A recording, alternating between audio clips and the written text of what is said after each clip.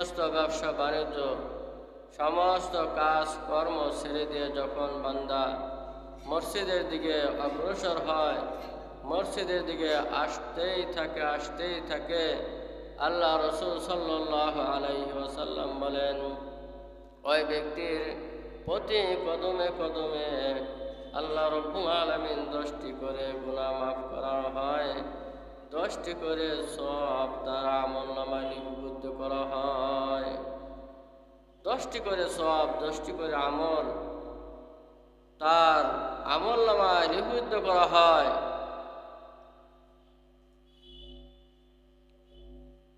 যে জালালউদ্দিন সৈয়দী রহমাতুল্লাহি আলাইহি বর্ণনা করেন, যে জালালউদ্দিন সৈয়দী বলেন যে হজের মৌসুমে যখন হাজিরা হজ করার উদ্দেশ্যে হজের কাফেলা রওনা হয়ে চলে গেল। বাড়ি থেকে হজ করার জন্য আগে তো এত যানবাহন ছিল না, আগে তো এত প্লেন ছিল না। ওই সময়ের কথা বলছে, হাজী সাহেবরা 10 জন 20 জন কাফেলা করে করে হজ করার উদ্দেশ্যে রওনা হয়ে যাইতে।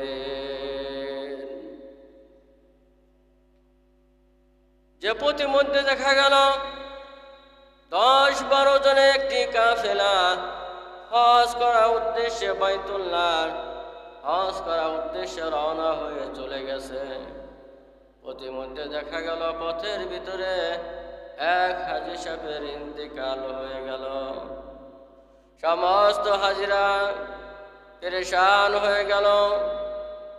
হায় আফসোস, সে হজ করার উদ্দেশ্যে ঘর থেকে বের হয়ে আসছে, এখন প্রতিমধ্যে তার ইন্তেকাল হয়ে গেল।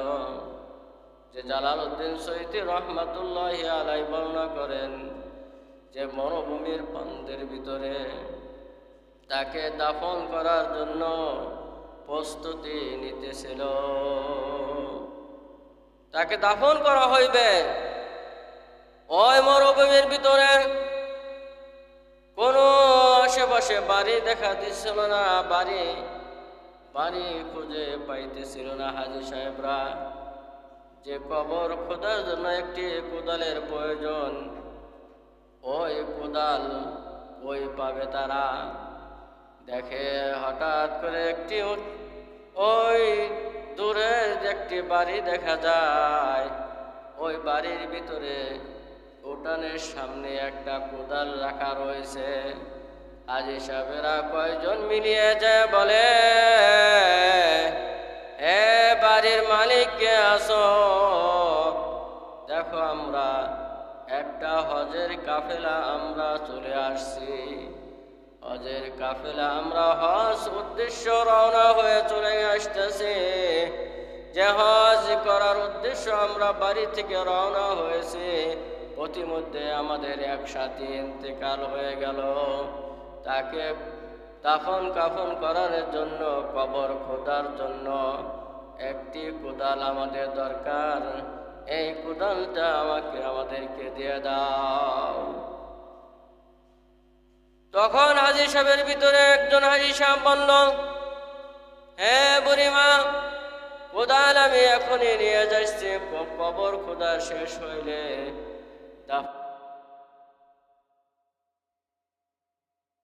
দাফন কাফন শেষ করে আমি আবার ফেরত দিয়ে দিব। তখন বুড়িমা বলল, যাও কোদাল নিয়ে ওই হাজী সাহেবের দাফন কাফনের ব্যবস্থা তোমরা করে ফেলো। দাফন কাফন যখন শেষ হয়ে গেল, কবর খোদাও শেষ হয়ে গেছে। কবরের ভিতরে যখন ওই হাজী সাহেবকে নামানো হয়েছে, নামানোর পর ওই কোদালটা ভুলবশত ভুল কর্মে ওই কোদালটা কবরের ভিতরে রয়ে গেছে। হাজী সাহেবরা বলিতেছে যে বুড়িমাকে আমরা তো বলেছি তোমার কোদাল যেভাবে নিলাম সেইভাবে আমরা ফেরত দিয়ে দিব।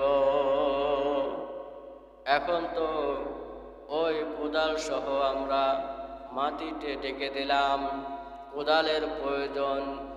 এই এইভাবে এক হাজি সাহেব পরামর্শ দিল যে একটা কবর একটু খুঁড়িয়া একটু খনন করিয়া বালি সরাইয়া ইট সরাইয়া তুমি দেখো কোদাল খানা উঠাইতে পারো নাকি।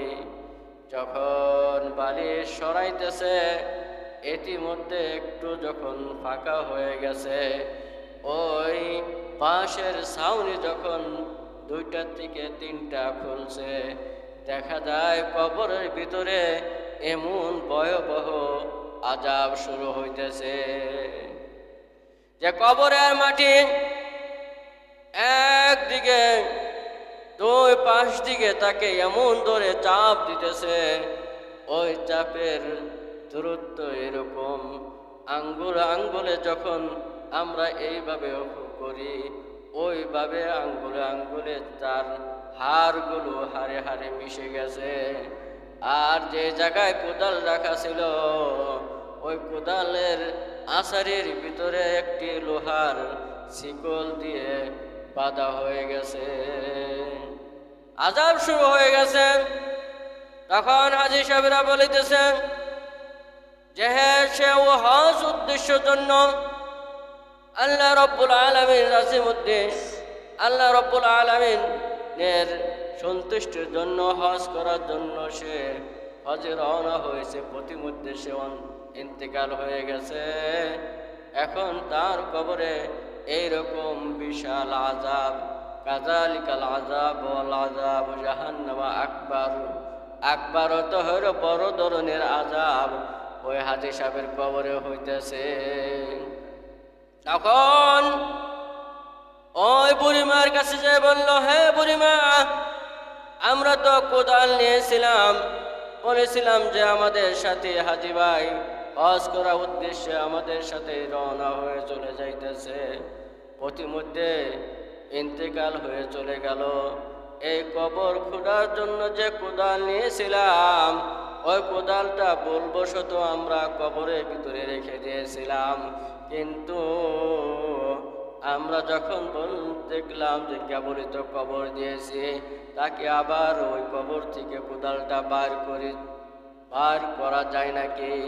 দেখলাম বুড়িমা তার কবরের ভিতরে এমন আযাব হইতেছে যে কোদালটা কবরের ভিতরে রেখেছিলাম, ওই কোদালের আষাঢ়ের ভিতরে লোহার শিকল দেওয়া, আগুনের শিকল দেওয়া, তার কবরে আযাব হইতেছে। সেই কারণে আমরা তোমার কোদালটাকে ফেরত দিতে পারলাম না, এই কোদালের থেকে ডবল টাকা তোমাকে দিয়ে গেলাম। এই বলে তখন হাজিরা হজ করার পথে আবার যখন বাড়িতে ফিরে গেছে, যে হজের কাফেলা, যে লোকটা ইন্তেকাল হয়ে চলে গেল, তার কবরে এরকম বিশাল আযাব হইতেছে। ওই বাড়িতে যাওয়ার পরে ওই তার স্ত্রীকে বলল যে তুমি সত্য কথা বলবা, কোনো কথা গোপন রাখবা না, সত্য কথা বলবা। তোমার স্বামী কি অবস্থা ছিল, কি কাজ করতো যে তোমার স্বামী প্রতিমধ্যে ইন্তেকাল হয়ে চলে গেল। আমরা কবর খুঁড়ে তাকে জানাজা নামাজ পড়ায় তাদেরকে কবরে রাখলাম। কবরে রাখার পরে ভুলবশত একটি কোদাল ওই কবরের ভিতরে ছিল, তাকে দেখলাম এত বড় আযাব হইতেছে যে কাযালিকাল আযাব আকবার, এবং বড় আযাব হইতেছে, বড় ধরনের আযাব হইতেছে। কারণ কি?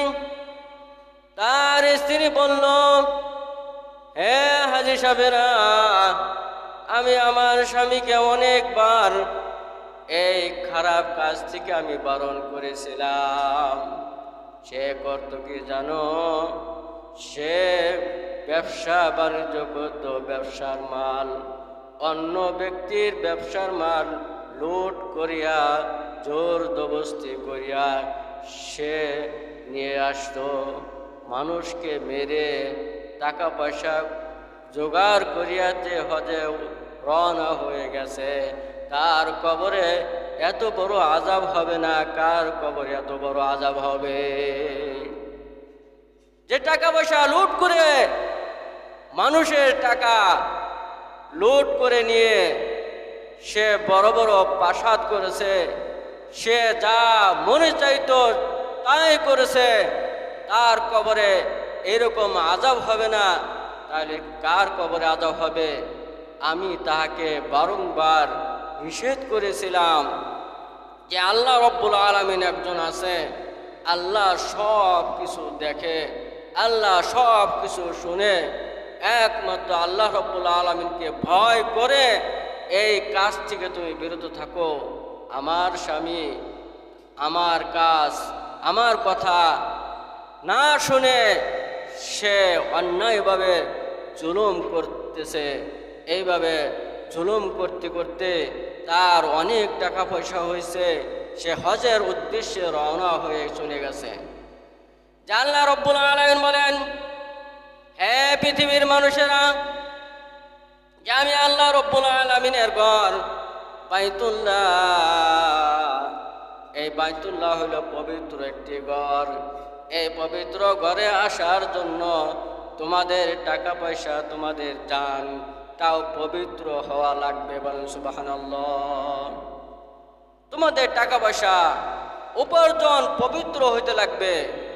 পবিত্র যদি হইতো তাহলে আমি আল্লাহ রব্বুল আলামিন ওই হাজির হজকে কবুল আর মঞ্জুর করে নিতাম, কবুল আর মঞ্জুর করে নিতাম। যে আমরা মানুষকে ধোঁকা দিয়ে, মানুষের সাথে খারাপ ব্যবহার করে মানুষকে ধোঁকা যদি আমরা দেই, সেটা আল্লাহ রব্বুল আলামিন বলেন ওই মানুষের কাছ থেকে যদি মাফ করা না পর্যন্ত আমি আল্লাহ রব্বুল আলামিন মাফ করব না। যে প্রতিমধ্যে আর একটি ঘটনা যে জালালউদ্দিন রুমি রহমাতুল্লাহি আলাইহি বর্ণনা করেন, ও বিশ্বের মানুষেরা, ও জুলুম অত্যাচারকারী ব্যক্তিরা, তোমরা আর কত জুলুম অত্যাচার করবা, কত মানুষকে অন্যায়ভাবে হত্যা করে ফেলবা। আল্লাহ রব্বুল আলামিন যেদিন তোমাদেরকে ধরবে সেদিন আর তোমাদের কোনো ছাড় নাই। আল্লাহ রব্বুল আলামিন যখন ধরবে তখন আর কোনো ছাড় পাবা না। তখন এমন সময় এসে যাবে যে তোমরা তওবা করারও সময় পাবা না, তওবা করার সময় পাবা না। আল্লাহ রব্বুল আলামিন বলেন, কুল্লু নাফসিন যায়িকাতুল মাউত সুম্মা ইলাইনা তুরজাউন। যে আমি আল্লাহ রব্বুল আলামিন মালাকুল মউতকে যে বাড়িতে আমি পাঠিয়ে দেই, যে টাইমে পাঠিয়ে দেই, মালাকুল মউত আজরাইল আলাইহি ওয়াসাল্লাম যার বাড়িতে পৌঁছে যায়, তাহার একজন না একজনকে এতিম করিয়া, একজন না একজনকে এতিম করিয়া সে নিয়ে চলে আসে। এটা দায়িত্ব কার? মালাকুল মউত আজরাইল আলাইহি ওয়াসাল্লামের। যে মালাকুল মউত আজরাইল আলাইহি ওয়াসাল্লাম বলেন যে আমি কারো জান কবজ করা যখন আমার অর্ডার হয়ে যায়, আমি এক মুহূর্তে দেরি করি না, সাথে সাথে দানখানা কবজ করে ফেলি, সাথে সাথে দান কবজ করে ফেলি। কোনো সময় যে টাইমে দান কবজ করা দরকার সেই টাইমে দান কবজ করে। বলেন সুবহানাল্লাহ। যে মালাকুল মউত আজরাইল আলাইহি ওয়াসাল্লাম বলেন যে একদিন যে নবী সুলাইমান আলাইহি ওয়াসাল্লামের জান কবজ করার জন্য আল্লাহ রব্বুল আলামিন আমাকে হুকুম করলেন, অর্ডার করলেন, যাও সুলাইমান আলাইহি ওয়াসাল্লামকে তুমি জান কবজ করে নিয়ে আসো এই মুহূর্তে। যে সুলাইমান আলাইহি ওয়াসাল্লামের কাছে যখন পৌঁছল, দেখে সুলাইমান আলাইহি ওয়াসাল্লাম, সুলাইমান আলাইহিস সালাম একটি বিশাল একটা মসজিদ জিন দ্বারা তৈরি করিতেছে। বলেন সুবহানাল্লাহ। যে সুলাইমান আলাইহি ওয়াসাল্লাম জিন পরীদেরকে কাজ করাইতেছে মসজিদ নির্মাণ করার জন্য। বলেন সুবহানাল্লাহ। যে আল্লাহ রব্বুল আলামিনের কাছে জিবরাইল বলে, ইয়া রাসূল, ইয়া রব্বুল আলামিন, ইয়া আহকামুল হাকিমিন, যে তোমার নবী পয়গম্বর